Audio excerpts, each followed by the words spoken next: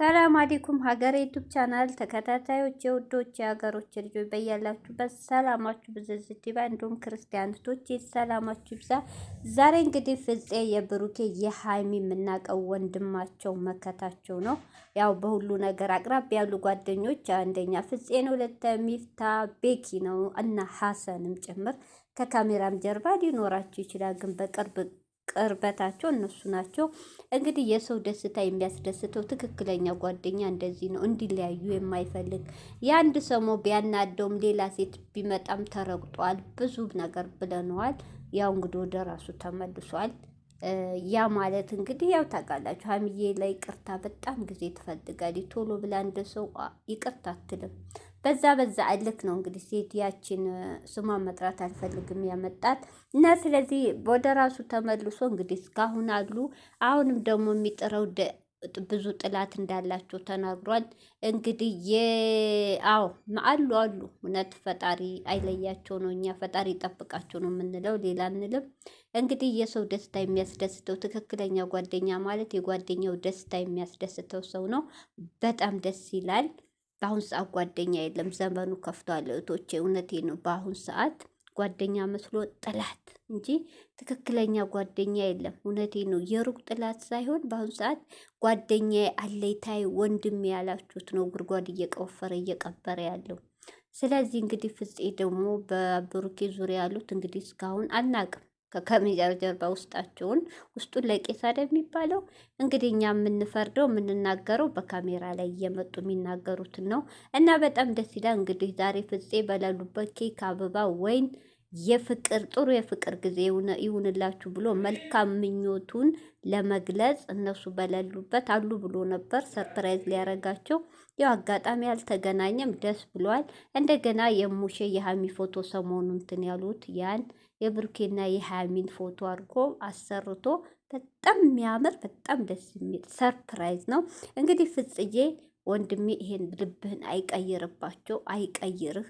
እንግዲህ ስለ እነሱ ጥሩነት እንኳን እናንተኛም በ20 በ10 ደቂቃ የምናያቸው እየመሰከርንላቸው የዋህነታቸው ነው ጥላትም እንዲበዛባቸው ያደረገው።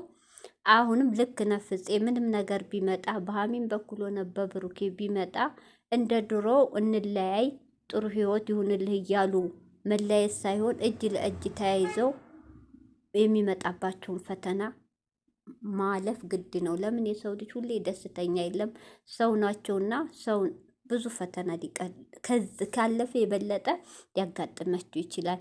ያ ማለት ደግሞ ተቻችለው እጅ ለእጅ ተያይዘው ማለፍ ነው። ፍቅር ብዙ መጽዋዕትነት ያስከፍላል። ፍቅር እስከ መቃብር ብሎ የተጻፈው ሙሉ መጽሐፍ እንደዚህ ነው። ፍቅር ብዙ ዋጋ ያስከፍላል። ያች ሀሚዬ የምትወደው የምታፈቅረው ከሆነ ብሩኬም እንደዛ መለያየት በሰው ወሬ የለባቸውም። ፍፄ እንዳለው ሳይሰሙ ምን ሳይሉ እጅ ለእጅ የመጣውን ፈተና ተመካክረው ከካሜራ ላይ የወጣ ነገር ይባባሳል። ለምን እነሱ ሲጣሉ ብዙ ጥላቶች አሉ ደስ የሚላቸው። እሰይ ተለያዩልን፣ እሰይ እየሰማን ነው። በፕራንክ እንኳ እየሰሩ ተለያዩ የሚል ነው የሚወጣው። በፕራንክ እንኳ እያዩ ቪዲዮውን ተለያዩ፣ ብሩኬ ያፈቅራትም በቃ ለማለያየት እየጣሩ ነው። ያ እንዳይሆን ደግሞ የሆነ ነገር ሲመጣ ከካሜራ ጀርባ በጣውላ ዙሪያ ተወያይተው ችግራቸውን መፍታት። ልጅነት የለም ብላል ሙሺ ቃት እንደሰው 18 ዓመት ካለፈው በቃ ልጅ የሚባል ነገር መሰረዝ አለባቸው። ብዙ ህይወት ይጠብቃቸዋል። ህይወት ትዳር ቀላል አይደለም። ሁሌ እንደ ህፃን ልጅ መሆን የለባቸውም። ጭንቅላታቸውም ሰው እድሜ እየጨመረ ሲሄድ ጭንቅላትም እየበሰለ ነው የሚሄደው። ስለዚህ ከባለፈ ህይወታቸው እንደሚማሩ እርግጠኛ ነን።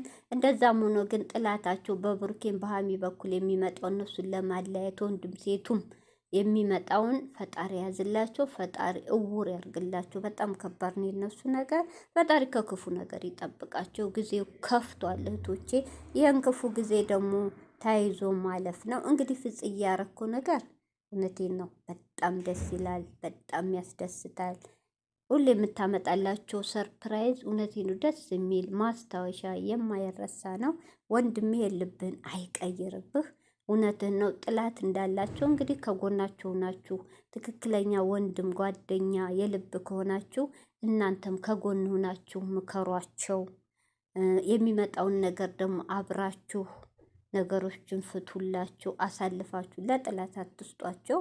ሁለቱም የዋህ ናቸው፣ ሰውን ያምናሉ። ያ ነው አሁን እየጎዳች ያለው። ሀሚም ሰውን ታምናለች፣ ብሩኬም ሰውን ያምናል። ፈጣሪ ይጠብቃል።